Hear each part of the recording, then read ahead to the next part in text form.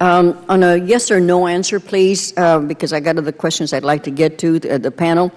One of the lessons learned from the Gold King mine is that despite the best intentions of the parties, cleanup attempts can fail and can have significant consequences to downstream communities. However, I understand the Good Samaritan concept. The costs of such failure at a Good Samaritan site are not all borne by the Good Samaritan, but are passed along to others, including the taxpayers. If we ultimately really want to solve the problem of abandoned hard rock mines, would you agree that concepts of this Good Samaritan cleanups and a dedicated fund for hard rock mine cleanup are inseparably bound together? Yes or no? Panel. Yes. Yes. Oh, yours is not working? My microphone's not working. Yes, I would say yes. Yes, okay. Yes. Yes. Yes. Thank you. And to Mr. Cavazza, does the National Association of Abandoned Mine Land Programs or the states have an inventory of abandoned mine sites, and who do they share it with, and what does the information contain? There are inventories, partial inventories of hard rock sites. They are not maintained by the National Association of Abandoned Mine Land Programs. They are maintained by individual states and some of the federal agencies that Bureau of Land Management, U.S. Forest Service, and National Park Service. They have partial inventories. The Federal Office of Surface Mining, who administers all the abandoned mine land programs for coal across the country, does maintain a national inventory of abandoned coal sites. It's known as AMLIS, Abandoned Mine Land Inventory System. It is, just like the hard rock inventories, it is not 100% complete and comprehensive. It does not identify every coal mine site and the problems associated with them across the country. However, most of the highest priority sites have been captured there, and I think the state inventories of hard rock sites, along with the federal agency hard rock inventories, have identified a significant number of high priority sites, and probably the effort to try to make the inventories 100% complete and comprehensive may not be worth the cost and effort to do so, because in the magnitude of the problem is so great, and the number of sites we've already identified that are of priority is already very large, that any money that we would be able to allocate toward the problem would probably best be spent on the high priority sites we've already identified. Are you saying that all the high priority, that every one of them that should be looked at is a high priority? In other words, you've identified the high priority. The ones that you have not identified would not qualify to be prioritized?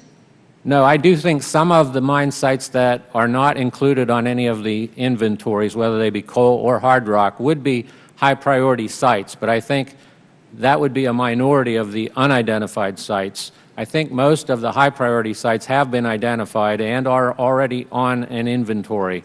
There just is not a comprehensive national inventory of those sites. And why is that? I think there's a number of factors. I think the cost and difficulty of creating such an inventory has been a deterrent to having that be completed. Many of these sites are very remote. Many of them were mined several hundred years ago, so there aren't very good records to even locate them. It takes a lot of field reconnaissance or some type of remote sensing to find these sites.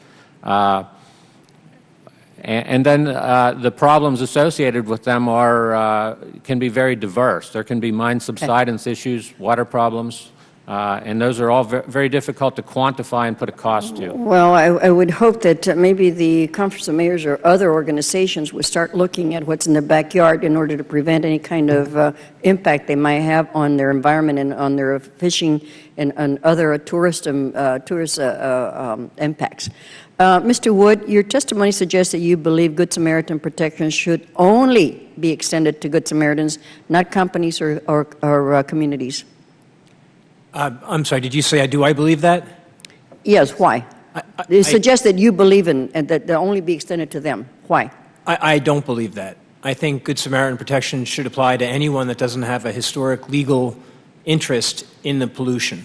So we work very close. Mining companies are some of the best restoration practitioners out there when it comes to cleaning up abandoned mines.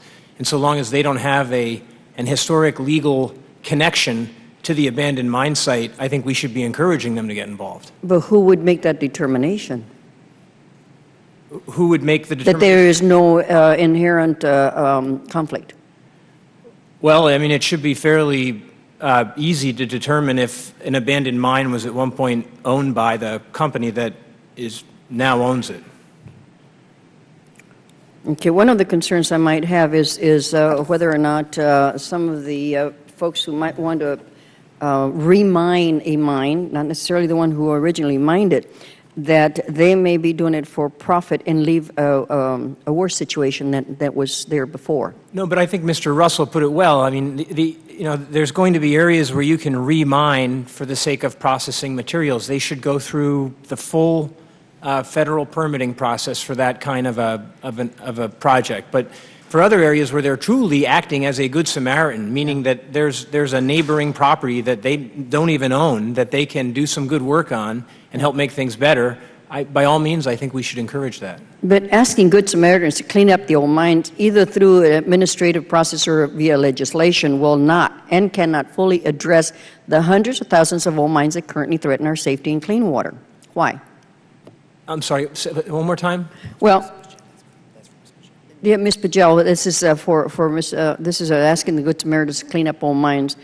It will not fully address the hundreds of thousands of mines that are currently threatening our waters and our safety. Yeah, Good Samaritans have a role to play in cleaning up abandoned mines, but without an adequate funding source, you're only going to have a small number of mines that are cleaned up.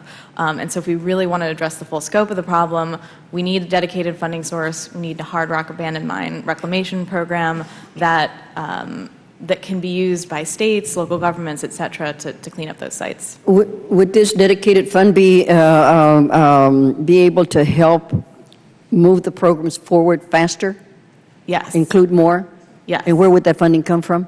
The funding would come from a reclamation fee charged on the hard rock mining industry, similar to what the coal mining industry has paid since the late 1970s.